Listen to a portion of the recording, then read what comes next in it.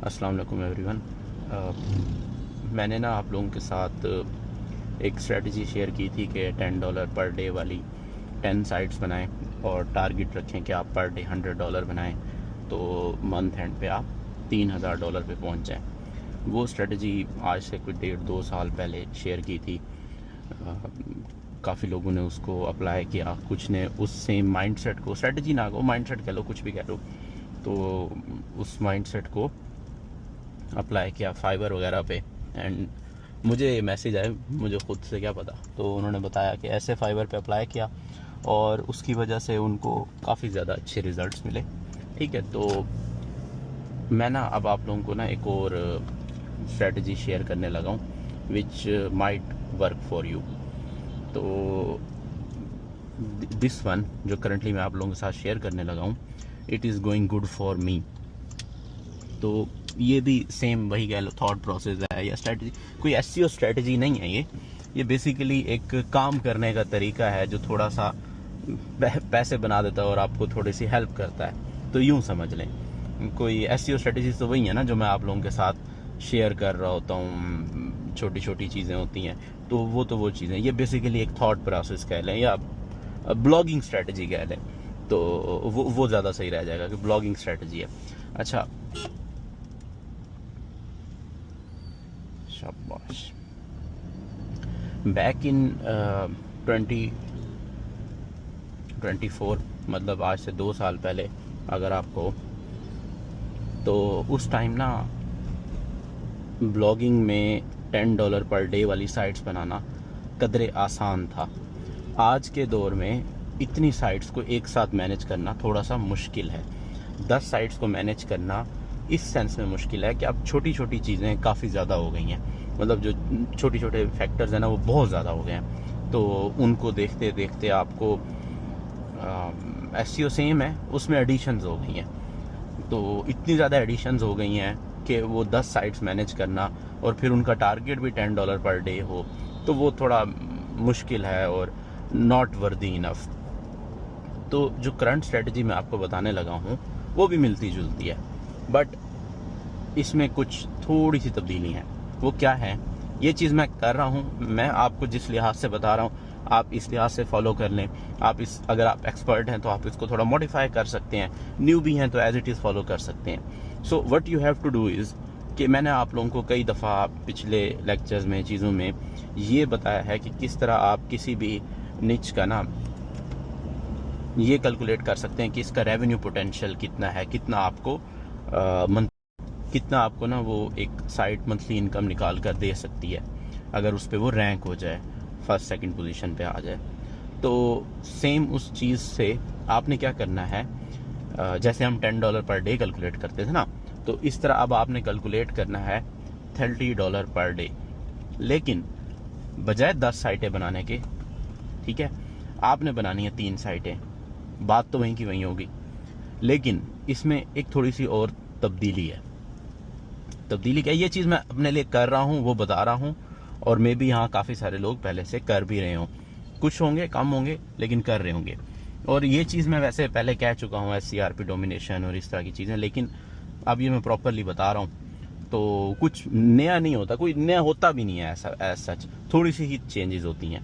So what the changes are कि आपने 3 niches पे काम करना है, 3 डिफरेंट नीचेस पे काम करना है, 3 नीचेस सेलेक्ट कर ली, बेशक वो APK में 3 हो, डिफरेंट से मुराद एक, अगर एक ऐप पे है तो दूसरी पे, तो वट एवर, और आप जिसमें एक्सपीरियंस अच्छा आप उसी चीज़ में जाएं, कैटेगरी में जाएं।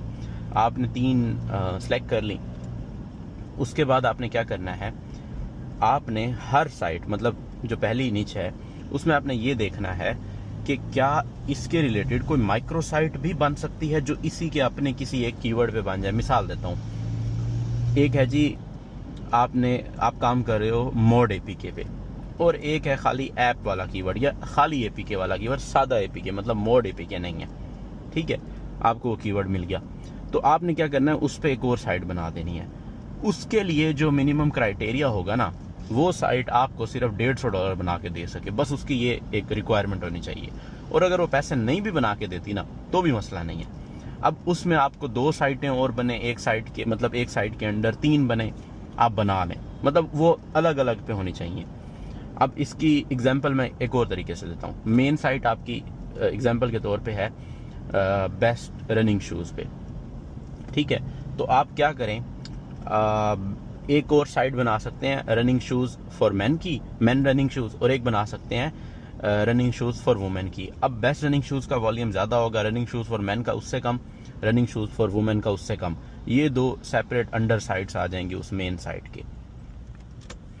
अब इन दो साइट्स से क्या होने लगा है, इन दो साइट से ये होने लगा है कि जो आपने बनाई है, दो बनाए, तीन आपको मिलते हैं, तो इस तरह के कीवर्ड तीन बना लें अगर आप बना सकते हैं। इनका पोटेंशियल मिनिमम आपने देखना है वॉल्यूम इतना हो कि वो आपको $150 बना के दे सके, $150-200। अब उनके बेनिफिट्स आपको ये बता रहा हूँ। एक तो आपको ये फ़ायदा होगा, उन साइट्स की मदद से आप ना अपनी मेन साइट को लिंक दे सकते हैं, और अगर उन साइट्स पर ट्रैफिक आ रही है तो वो लिंक बहुत पावरफुल होंगे। मैं हमेशा ये बात समझाता हूँ, रिलेटेड रेफरल रियल ट्रैफिक अगर किसी भी साइट से आ रही हो तो वो बहुत पावरफुल बैक लिंक होता है। अच्छा, उसके बाद आप क्या कर सकते हैं, आप SCR पे डोमिनेशन करेंगे, आपकी ये साइटें छोटे और कीवर्ड्स पे मौजूद होंगी। तीसरी चीज़ ये है कि आपको एक स्टेबिलिटी मिलेगी कि आप एक ही निच में, मतलब डोमिनेशन के साथ साथ स्टेबिलिटी भी एक फैक्टर है जो हम ब्लॉगिंग में इन चीज़ों में मिस कर रहे होते हैं। चौथी चीज़ ये है, इसके फ़ायदे बहुत ज़्यादा हैं, ठीक है। चौथी चीज़ ये है कि आपके लिए मैनेज करना आसान है, क्योंकि ओवरऑल निचेस तो तीन ही हैं जिन पे आप काम कर रहे हो।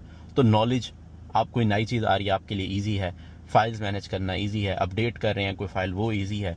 तो इस तरह आपके लिए ये चीज़ें बहुत आसान हो जाएंगी। अब एक अगर रैंक करती है तो उसकी छोटी साइट्स को रैंक करना आसान होगा। समटाइम्स आप छोटी साइट्स पे एक्सपेरिमेंट कर सकेंगे कि थीम और लगा के देख लें, या उसकी कोई साइड बार ऐड करके और एक में साइड बार ना ऐड करें, इस तरह करके टेस्ट आउट कर लें। तो इन शॉर्ट के आप ना उसमें मल्टीपल चीज़ें टेस्ट आउट कर सकेंगे। तो द रिज़ल्ट इज़ कि आपको बहुत ज़्यादा बेनिफिट्स मिलने वाले हैं, और इनकम हमारी $3000 से भी ज़्यादा होगी, जो हमारा पहले मतलब एक गोल था ना कि $3000 पर मंथ बनाए, तो सेम $3000 से ज़्यादा हम इनकम कर रहे होंगे, कम एफर्ट के साथ और ज़्यादा स्टेबिलिटी के साथ, ठीक है। तो this is basically the whole concept, और मैं इस ऐसे ही एक चीज़ पे काम कर रहा हूँ from some time, and it's going good for me, क्योंकि मुझे उस निच में स्टेबिलिटी भी मिल रही है इस सेम कंसेप्ट की वजह से कि मुझे टेंशन नहीं है। मेरी मेन साइट डाउन भी हुई तो मैंने उसमें ना डाउन इस सेंस में हुई कि उसके कोई बैक लिंक्स ना रिमूव हो गए थे, तो मैंने वो रिकवर किए, वो वापसी आ गए। लेकिन अगर खुदा न खास्ता ना आती तो मैं पावर डोमेन थी, मैं रीडायरेक्ट कर सकता था और तरह फ़ायदा उठा सकता था। एक साइड पे मेरे साथ ये इशू हुआ कि उसका ना जो एडसेंस है वो ब्लॉक हो गया। रिसेंटली काफ़ी सारे एडसेंस उड़े हैं, पता नहीं क्या रीज़न है। तो मैंने क्या किया, जो उसमें ना एक पेज से दूसरे पेज पे यूज़र जाता है फॉर रिज़ल्ट। अब मैं आपको बता नहीं सकता कि किस लिए क्यों जाता है, तो मतलब फॉर इंटेंट जो है ना उसमें यह है कि यूज़र ने एक पेज से दूसरे पेज पे मूव करना है। तो जो दूसरा पेज था ना वो मैंने दूसरी साइट का लगा दिया, जो सेम उसमें स्मॉलर साइट थी और उस पर एडसेंस अप्रूव था, सेपरेट एडसेंस था, तो मैंने वहाँ यूज़र को भेजना शुरू कर दिया। In short there are huge benefits, और मैंने सोचा कि आप लोग इतना वेट नहीं करेंगे कि मैं बहुत ज़्यादा कोई स्पेसिफिक वीडियो बनाऊँ, तो मैंने ना क्विकली ये सब 5-10 मिनट में होप सो एक्सप्लेन कर दिया और आप लोगों के लिए वीडियो बना दिया। होप सो कि अल्लाह करे आप में से काफ़ी सारे लोगों के लिए ये चीज़ चल पड़े, आप कामयाब हो। अगर नहीं समझ आती आपको, जहन में आपको लगता है कि इसमें कोई मेजर इश्यूज़ हैं इस थॉट प्रोसेस में, इस तरह के काम करने के प्रोसेस में, तो आप स्किप कर सकते हैं। अगर आपको लगता है तो आप ट्राई कर सकते हैं।